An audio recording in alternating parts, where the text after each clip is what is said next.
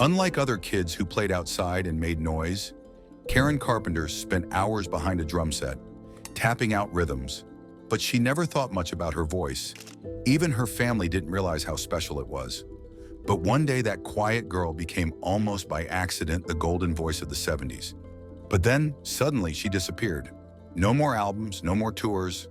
Fans were left wondering, where did she go? Well, this is the story of Karen Carpenter. Karen was just a quiet girl from New Haven, Connecticut, born on March 2nd, 1950. Her older brother, Richard, was always obsessed with music, but Karen, she loved playing outside, especially baseball. She was full of energy, but music wasn't something she thought much about. That all changed in 1963 when her family moved to Downey, California.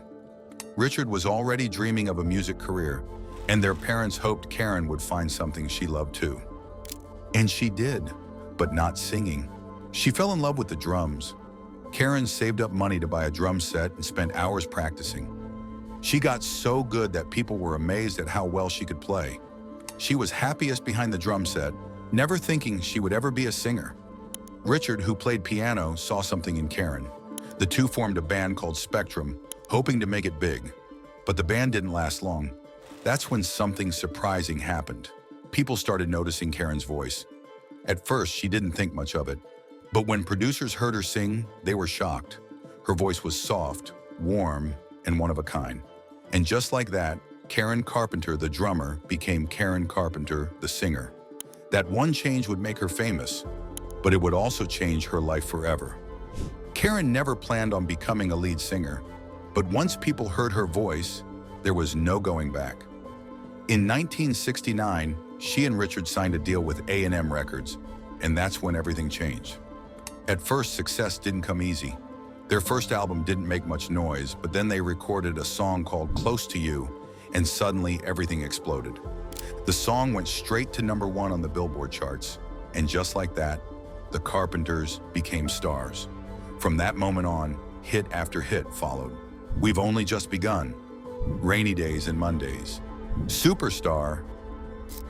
Each song was soft, heartfelt, and full of emotion. Karen's voice had something special. It was clear, warm, and had a sadness that made every song feel real. It wasn't just music, it was a feeling.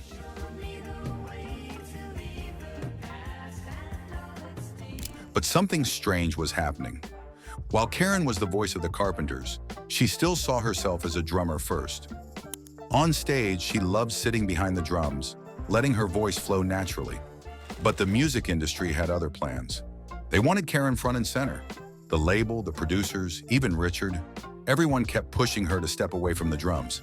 They believed her voice was too good to be hidden behind an instrument. And even though she resisted at first, Karen eventually gave in. She became the full-time lead singer, standing in front of the stage while Richard played the piano beside her. On the outside, everything seemed perfect. The Carpenters were one of the biggest music acts in the world. They won Grammys, sold out shows, and had fans everywhere. But behind the scenes, Karen was struggling. The pressure of fame, the demands of the industry, and the expectations placed on her were starting to take a toll. She was still that shy girl at heart, but now the whole world was watching her. And soon the weight of it all would push her into a battle she couldn't escape.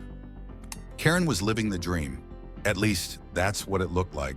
She had hit songs, awards, and a voice that millions adored. But behind the scenes, she was struggling. The music industry had strict expectations, especially for women. Karen was constantly in the spotlight, and people had opinions about everything. Her voice, her clothes, and especially her weight. It started with little comments. A journalist once called her chubby, and even people in the industry made remarks about how she should watch her figure. At first, she ignored it, but then it got to her. Karen became obsessed with losing weight. She started dieting, then took things further, cutting meals, using extreme weight loss methods, and hiding it from everyone around her. She had anorexia nervosa, but at the time, almost no one knew what that was. Eating disorders weren't widely talked about in the 70s. People just thought she was taking care of herself.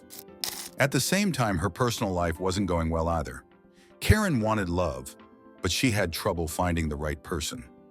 She rushed into a marriage in 1980 with a man named Tom Burris, but it quickly fell apart. He wasn't who she thought he was, and the marriage ended in less than 2 years. She was heartbroken. Meanwhile, the Carpenters' success was also slowing down. Music was changing, and their soft sound wasn't as popular as before. Richard was struggling with an addiction to sleeping pills, and the pressure on Karen kept growing. Her weight kept dropping. She tried to hide it under baggy clothes, but everyone could see she wasn't well. People worried, but Karen always said she was fine. She wasn't. By 1982, things got worse. She was dangerously thin and barely had the energy to perform. She finally admitted she needed help and went to a hospital in New York to recover. But it was already too late. By the early 1980s, Karen was desperately trying to recover. She had spent months in a hospital, working to regain her strength. She wanted to get better. She wanted to make music again. But the years of starving her body had done more damage than anyone realized. On February 4th, 1983, Karen was at her parents' home in Downey, California. That morning, she collapsed in her bedroom. Her mother found her on the floor and called for help, but by the time paramedics arrived, it was too late. Karen was rushed to the hospital, but doctors couldn't save her. She was just 32 years old. The official cause of death was heart failure due to complications from anorexia.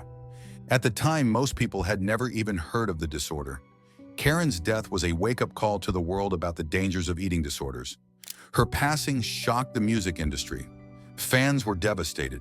She had seemed to be getting better. How could this happen? But in reality, Karen's battle had lasted for years, and her body simply couldn't recover from the damage. Even though she was gone, her music never faded. The Carpenters' songs continued to be played, and new generations fell in love with her voice. Many artists have cited her as an inspiration, including Madonna, Sheryl Crow, and even Adele. In the years after her death, Karen's story led to a much-needed conversation about anorexia and eating disorders. Before, it was something people barely talked about, but after Karen's passing, awareness grew. Her family even helped to start organizations to educate people about the dangers of these illnesses. Karen Carpenter didn't just leave behind a legacy of music, she left behind an important lesson. Fame, success, and money couldn't save her from the pressure she faced. And even though the world lost her too soon, her voice still lives on. Karen once sang, "We've only just begun." In many ways, her story never really ended. Her family, especially Richard, was heartbroken. He lost his sister and musical partner. To keep her memory alive, he released some of her unreleased songs and made sure the world never forgot her voice. He called her passing the worst thing in his life. The interviewer asked Richard about her little sister Karen. Was it hard to return to making music after Karen's death? After Karen passed away, I was in shock. I had gone to a rehab and I had gotten off the sleeping pills. I was healthy and full of life and full of a desire to keep making records. So I polished up and finished as many Carpenters outtakes as I could. They're nothing to be ashamed of, those albums. They're all very well done. Of course, Karen sounds beautiful, but you know, they're outtakes. And what do you miss most about Karen? The most? She was my buddy, and she was silenced way too soon. I mean, a voice like hers comes along once every 3 generations, maybe. I just think of all of the beautiful recordings we could have made. Well, do you think she would still be making recordings today if she had lived? She'd be like 71 right now, and I'm certain she would be absolutely fabulous. Perry Como sounded great at 75 because he sang properly. Karen was the same. We would have had hundreds of recordings of the two of us already done, and we'd still be making more. Karen's death at just 32 years old was heartbreaking. It shocked the world and made people start talking about something they had ignored for too long.